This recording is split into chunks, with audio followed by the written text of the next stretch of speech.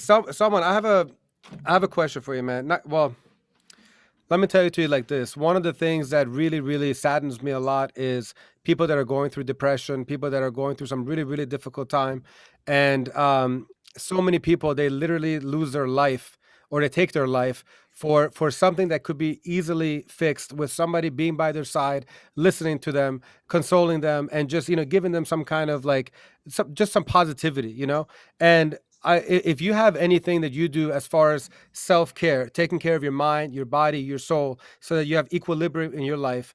Um, I would love for you to share any advice that you have. So if anybody is going through a difficult time right now, that they hopefully will latch on to your words and that they pick themselves up and they march forward in a positive light. Do you have something you can share?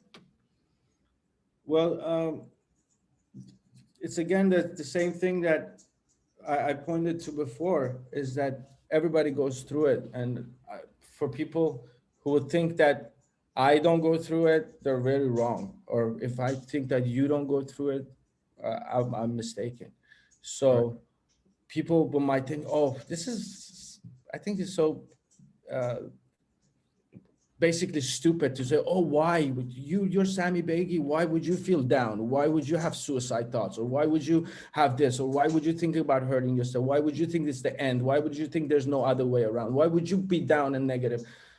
Because I'm human.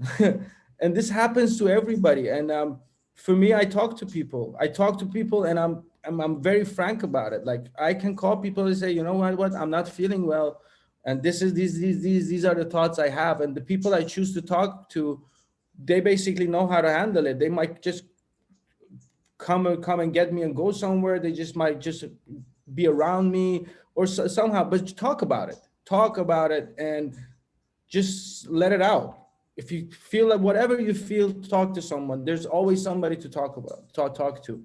And even though you can open doors by talking to somebody about it, like you can show your vulnerability and talk to somebody about it. Maybe somebody will talk to you about it, and you know what, I'm feeling the same way. Maybe you can help each other, but talk about it and be open about it. That's the only thing I can say. Don't self-medicate. Don't do this kind of stuff. You can party to have fun, but don't self-medicate to run away from stuff. Don't run away from your feelings and thoughts. That's the only thing I can say. Have you ever considered taking your life? uh sure, of course. Yeah. Like every, How it's this moments like, it's this moments of emptiness you feel sometimes, and you just like, if it wasn't for the people around me and how it affect them, you feel sometimes that empty, that there's no place for you to be anymore. And then I think it's not serious, but I think it's normal for everybody to think, oh, I'm gonna do this, I'm gonna do that, I'm gonna like bang my head against the wall, I'm gonna do this. So there's times that you feel like that, and it's totally normal. But like I said, you talk about it. I don't feel ashamed of saying it. I don't feel ashamed of calling my best friend and saying I'm having a really bad day, or I'm having these thoughts. So I made it through. Sammy, I'm 100% certain that one person listening to this, you just saved their life by sharing something so vulnerable, Oh, so for sure. raw, and I appreciate that about you. And this whole fame thing, this whole having a few million people around you that they adore you and they love you and they're just like they're all about you. Um, is that what you expected beforehand? Like, how much did that affect you when you went from being unknown Sammy Beigi to the one of the biggest pop stars on the planet? How like what do you think about it? How do you feel about that? I actually was expecting to enjoy it more. Elaborate. uh, I was expecting to enjoy the fame and the hype and the being out there more, but the more I got into it, I saw uh, the damages it could do to me, and it wasn't worth it for me anymore. Like being in the eye, not having a private life, it wasn't worth it for me. I thought I would enjoy it. I thought I would enjoy being out, going out, being in the eye. Uh, being Sami Beigi. But when I came, especially in LA, uh, the scene when I first started, the scene was so bad that I immediately got cold feet, and I dragged myself out. There was so much drama behind it. Like you couldn't go out because you were in black hats, party, because they would tell, this guy's out partying. So what? He's out partying. You know, this culture wasn't the same right before. So I got so hurt by that, just being myself. So I thought, you know what? I'm not gonna go out anymore. I'm not gonna enjoy that part of it because it can hurt me so much. I'm just out partying, but I'm coming home. People thinking I'm passed out in a club, and it's affecting my career when I didn't do anything. When I was just doing my regular thing, and it would actually affect it because people would judge. Oh, he's this, he's that, he's doing drugs. So you know what? I'm not going out because no, I don't want anybody to see me drunk.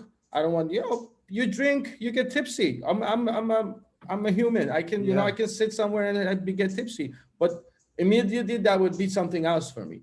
So I stopped going out, and it didn't affect me. I was like, this is not what I want. I just want to do my music. I want to go that one night in a month or one night every other month that I have a concert. I go all out, I party, I have a concert, and I come home, and I'm home again until I have to go on stage again.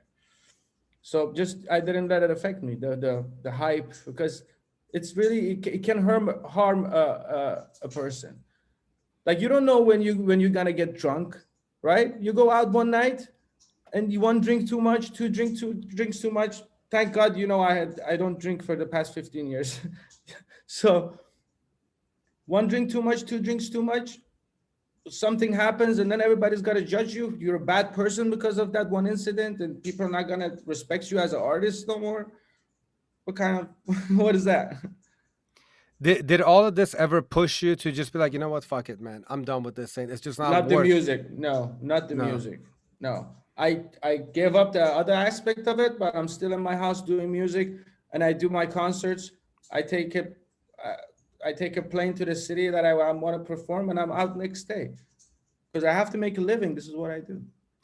Is there like a part of you that kind of wishes that you didn't get famous so that you can actually for once live a normal life? Because I feel like from a very young age, from what you explained earlier, growing up in Sweden, being the black duck, or like the one that was standing out, meaning like never really fitting in, not even being able to kind of grow into yourself. And just as when you were trying to become yourself, you became famous, and then you weren't able to be yourself because you're under the microscope. So like is it sort of like you're still kind of hoping to find the space where you can just be 100% yourself without any kind of judgment, but still do what you love the most, which is to create amazing music and make people dance?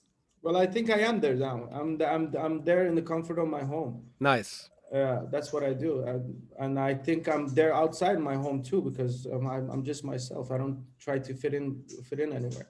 But if I had to choose something else to do, then I had to be another person because I don't think what that would be.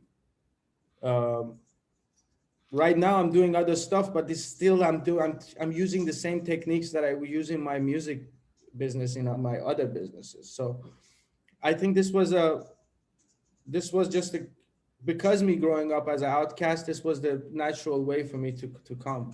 And me not blending in with the industry, that's another aspect of it coming up. Awesome, people. I appreciate you watching this segment. To watch the full video, which you should, please click up here. And then if you want to join our text community, the number is right about here. And even though you don't need no reminders and you've heard it a billion times, if you like the video, subscribe, hit the little ring of ding-a-ding-ding bell so you can be notified for our next video. Thank you so much and appreciate you watching. Awesome, people.